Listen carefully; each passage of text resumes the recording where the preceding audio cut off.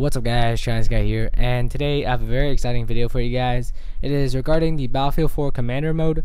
Now, DICE posted an article on their blog talking about the new features of the Commander mode, and in this video I'll break down all those details.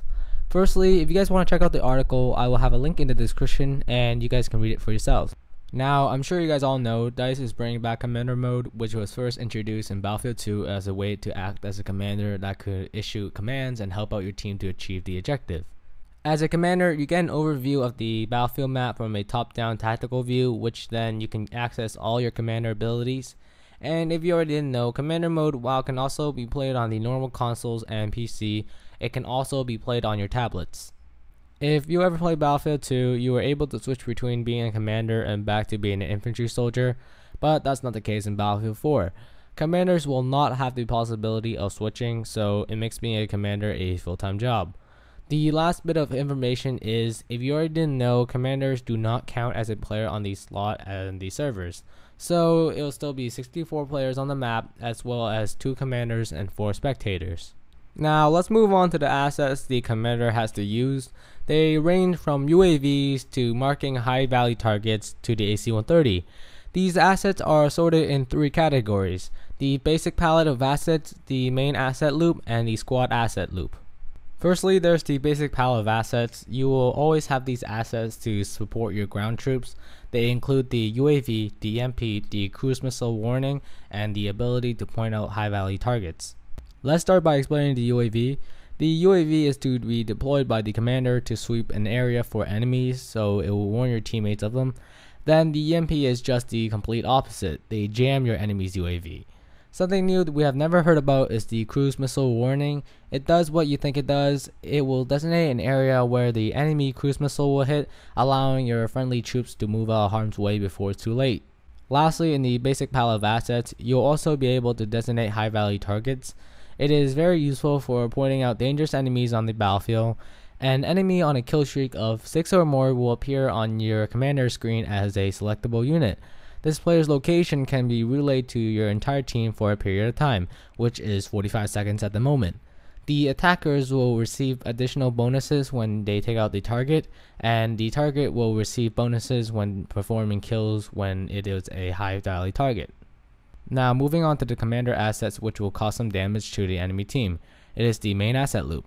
These assets can be attained by your team by owning certain objectives and are gone once the objectives are lost or destroyed. An example of this is in Siege Shanghai. If the team controls the C point, which is the tall skyscraper, then the commander will have access to the AC-130 gunship for their team. Depending on the map and game mode, these assets can include from the cruise missiles, or aka the Tomahawk missiles, the vehicle map scan, the infantry scan, and of course the AC-130 gunship. Now firstly, there's the cruise missile or the Tomahawk missile. It is launched from a fixed position on the map. They will fly at cruising altitude before dropping in an arc at a designated point, wiping out anything in the radius. Their power is quite strong, so that's why there's the cruise missile warning asset, so at least your team gets a heads up. Then there's 2 types of map scans. The vehicle and infantry map scan. They are used for long-term highlighting of enemy infantry or vehicles on the map for your team. Lastly, there's the AC-130 gunship. This is a powerful plane which provides ground support from multiple weapons as well as a mobile spawn point covering a large section of the map. Check out my video on the AC-130 gunship if you guys want more details. I will have an annotation on the screen right now. Lastly, we can't forget the squad loop category. These assets are earned in a similar way to field upgrades for your squad. There is a bar which will regenerate over time, and this bar will tell you how much the asset will cost per chunk of the bar.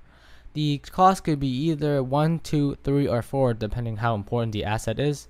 On a maxed out bar, the commander can use the most expensive asset costing 4 chunks, or use 4 of the least expensive asset costing 1 chunk each time.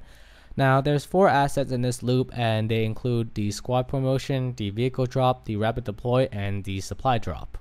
What squad promotion does is it boosts the squad members' individual field upgrade bars towards the next unlock, so making the squad more powerful by helping them achieving the field upgrades faster. Then there's the vehicle drop, and it does what it sounds like.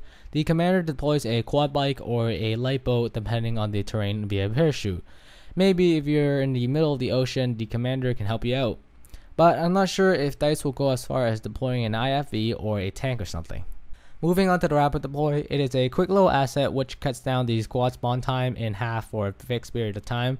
So if the commander really needs that point capture or that objective taken, then he can spawn people in quicker to keep up the fighting.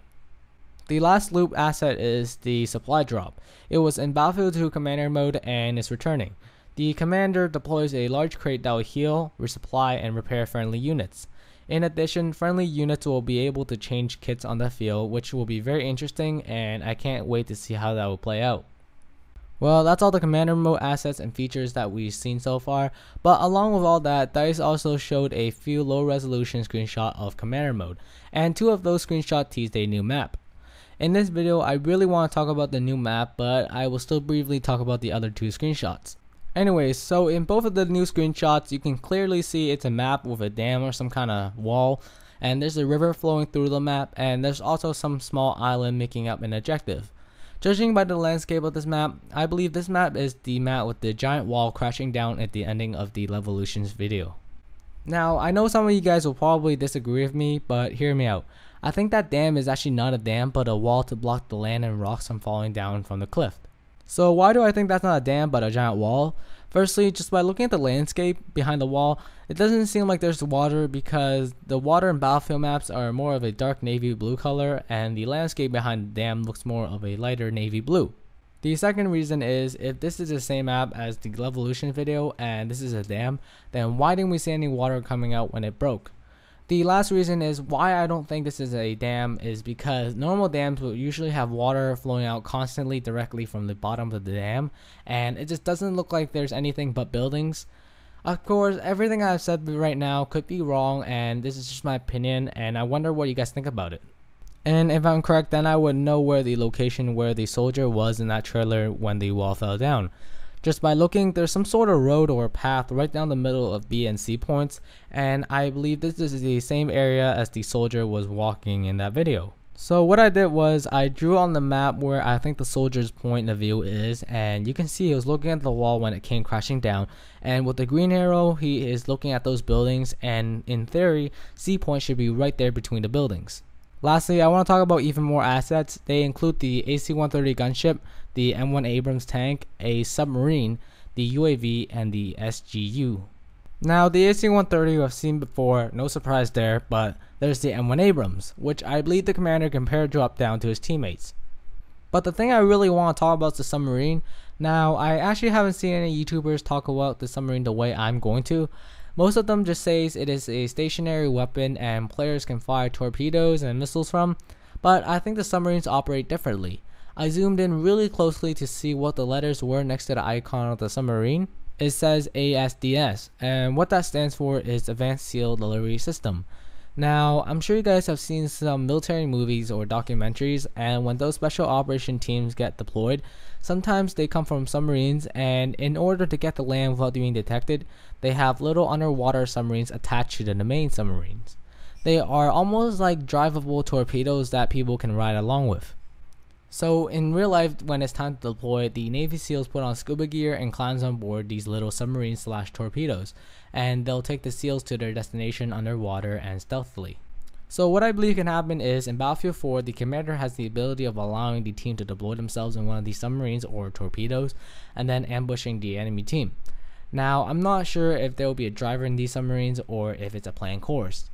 And I also don't know if this asset is only available to the commander when the team owns a certain objective. If that is true, then I believe it will be the F objective because it is right in the middle of the river, and owning this means you'll have an upper hand in naval combat. Lastly, I wonder what the soldiers who deploy on these submarines will have scuba gear on, and would they be able to stay underwater for long periods of time? If so, how awesome is that? The rest of the commander assets are very basic things which we have seen before, and that's all the things I really want to talk about today. This video was extra long and it took a lot of time to make, and I hope you guys like it. Thank you guys for watching. If you enjoyed, please leave a like and a comment down below. I appreciate it. Check out my channel for other Battlefield 4 videos. I'm sure you'll find a video you'll like. My next video will be coming soon, and it will be on the shotgun analysis part 2. And if you haven't seen part 1, I'll have a link in the screen. I will continue to strive for being your #1 source of Battlefield 4 videos. Peace out, guys.